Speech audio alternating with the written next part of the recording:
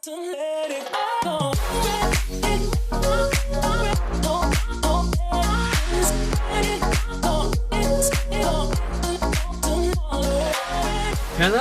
and welcome to the interior of the Rolls-Royce Cullinan. Let's face it, Rolls-Royce has never been associated with taking your car through the desert, driving it across fields. You've never really envisaged taking your Rolls-Royce to even follow the British Rally in the middle of winter, getting it covered in dirt. Before we get going and really settle into the juicy bits, whenever I'm in a really significant car, I like to set the context as to why it is significant. And of all of the artisan mastery and smatterings of luxury within this vast cave of opulence, I think the thing that summarizes this car the most is, in fact, perhaps the name. So here we go. So the name Cullinan was given to the world's largest flawless diamond ever found. So it's a pretty significant terminology to begin with. And more important than that, that diamond found its way into the crown jewels of Queen Elizabeth, where it still resides today. So I would say that this is the crowning jewel of Rolls-Royce, but in fact the flagships is still the Phantom 8. However, this car, I think, is the car that's going to change the face of Rolls-Royce forever. I've spent about an hour with the car before I decided to talk about it.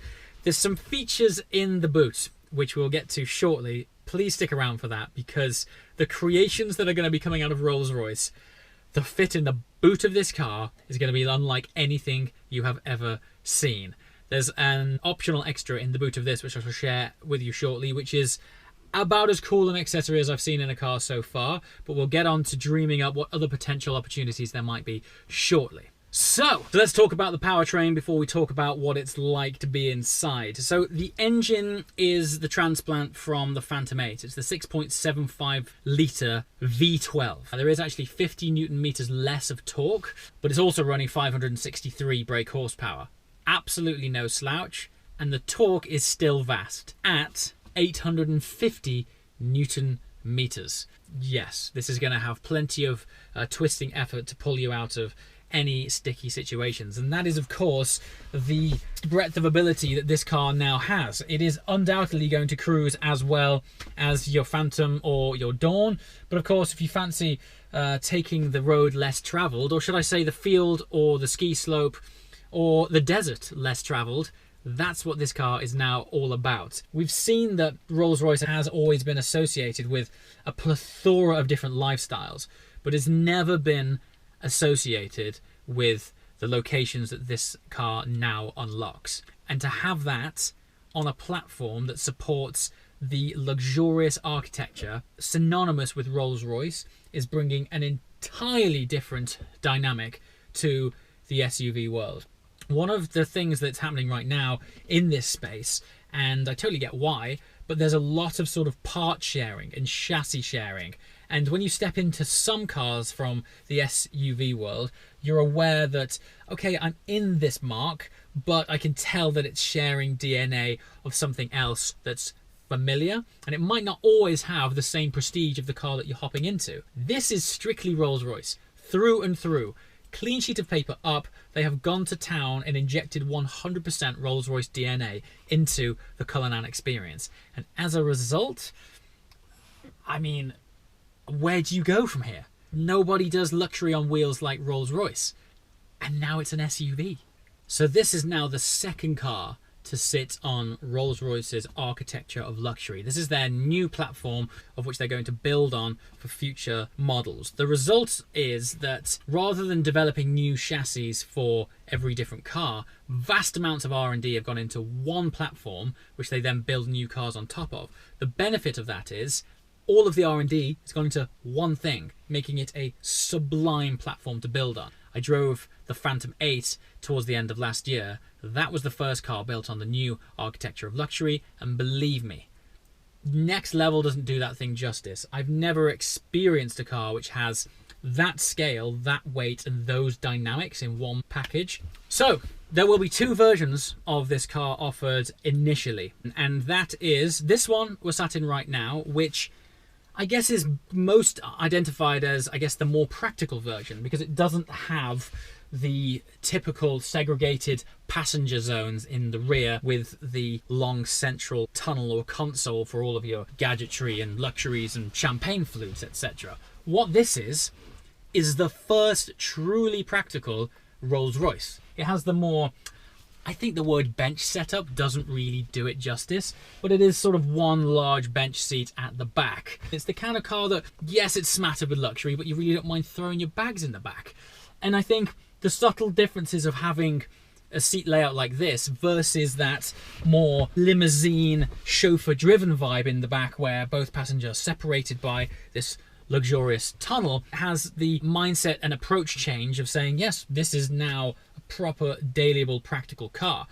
And I did mention there's two versions. So of course that option where you can have separated passengers with luxury tunnel in the middle will be available. We'll see that after the launch, but it's really cool to know that these guys are taking the practical element of it quite seriously and that it's not just a Phantom on stilts. Now, Rolls-Royce are saying that this is the first of its kind because in the design language, in the design world of SUVs, you normally have what is known as a two-box car. And what they mean by that is you have the engine space, which is the long bonnet section at the front up to the front wheels, which is the first box. And then the second box is this environment we're in right here. Rolls-Royce, though, however, have said they have introduced the third box. Now, by convention, I would say boot spaces are pretty boring things. It's like, yes, it's got a boot, you throw some bags in it, get on with life. I'm gonna go ahead and say this is boot space redefined. Before I show you, I want to set a bit more context as to where Rolls-Royce are going with things right now. If you watched my Phantom 8 video, if you didn't, link below, there is a gallery, like literally an art gallery, which has been inserted into 3/4 of the dashboard. The idea is that instead of just having a sort of plain face shield, a plain dash, which might otherwise just have an air vent and a clock on it, Rolls-Royce are the first people in the world to install a hermetically sealed art installation, meaning you can literally put a piece of art inside your dashboard. Rolls-Royce themselves offer standard art installations from the factory, but you can ultimately customize the dashboard to have anything you want in it, really. I would say they've gone and taken this to an entirely different level with the options you can have in the boot. Let's check it out. Okay, so seamlessly normal boot, granted, but it is what is inside that is quite incredible. Check this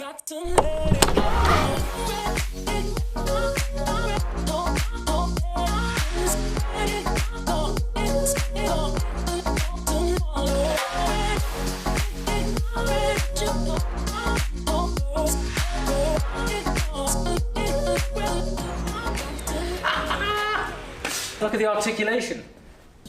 Behold the most beautiful viewing platform ever to grace the rear of a car. Look at this thing. It's like Bang & Olufsen made seats. It's just incredible. Let me show you the details. Okay, so I know I just showed you how these opened, but these are the seats as they appear out of this enclosed area here. They slide out and they sort of rotate outwards as it comes out of here. And then you have two seats, like so. And then say you're out, I don't know, watching your family skiing or watching the horse racing, the point to point maybe, or a bit of grouse or whatever it is. And it doesn't stop there. So this little panel here, look, if I press on that, it then pops out as a table, no less. You can sit here, drinks or whatever it is, and just survey the land. And then with one button, ciao for now. It's incredible. Now imagine the opportunities that you can create to go in the back of your Cullinan. So right now it's an optional extra, but it's something that Rolls-Royce just offer. The idea is, and as I was talking inside the car, that just like the gallery in Phantom 8, this is an opportunity to customize and bespoke your car to your lifestyle. So whatever you're interested in, if you can dream it, these guys can probably create it. And just like the gallery in the Phantom 8, I'm sure as time goes on, we'll see snippets of incredible things which people have dreamt up. But this is an entirely different ballgame, because look at the space you've got. It's crackers. Yeah.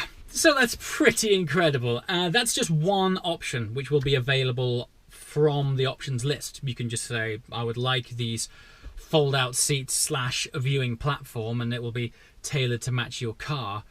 The idea is, though, not to think of the boot as a boot. It's to think of it as a space to be customized to your interests. So say you're a photographer and you have a lot of gear. Perhaps Rolls-Royce can create for you a bespoke section, a folding out cabinet of all of your accessories and drone parts, or whatever you want. You can think of this for anything. Think of a hobby and think of a way of applying a bespoke creation inside the boot that is going to enhance the experience of that hobby and sort of fit it and tailor it more to your lifestyle, to that quality. It's so cool. Rolls-Royce are very private about what their clients do. They hint and nod to me about, when I talk to them about this, they're like, you have no idea. They're like, the requests that we have already for the things to go in that boot, you would have to be in a different world to even begin to dream up these things. So hopefully, as these cars roll out, we'll be able to see more and more of these options. But as you can tell, that's a standard option. So imagine the bespoke stuff you can create. Nuts.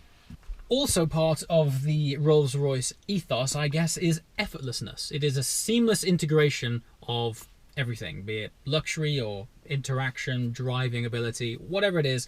The whole purpose of it is to be an effortless gliding experience. This has been carried through into the all-wheel drive system, as opposed to other 4x4s where you have options to tweak and change and calibrate the 4x4 options depending on what kind of terrain you're on. This is just designed to just do it. It's like, you will hit whatever terrain you're on, the system will work it out and optimize it for you. So you don't have to faff around and try and set up anything that's going to optimize the car to the surroundings you're in. It will do it for you. So you just get on with life. And like Phantom, it also shares the flag bearer system. Now, if you haven't heard about this, it is a system which, through cameras in the car and the aid of satellite GPS, reads and predicts the road in front of you.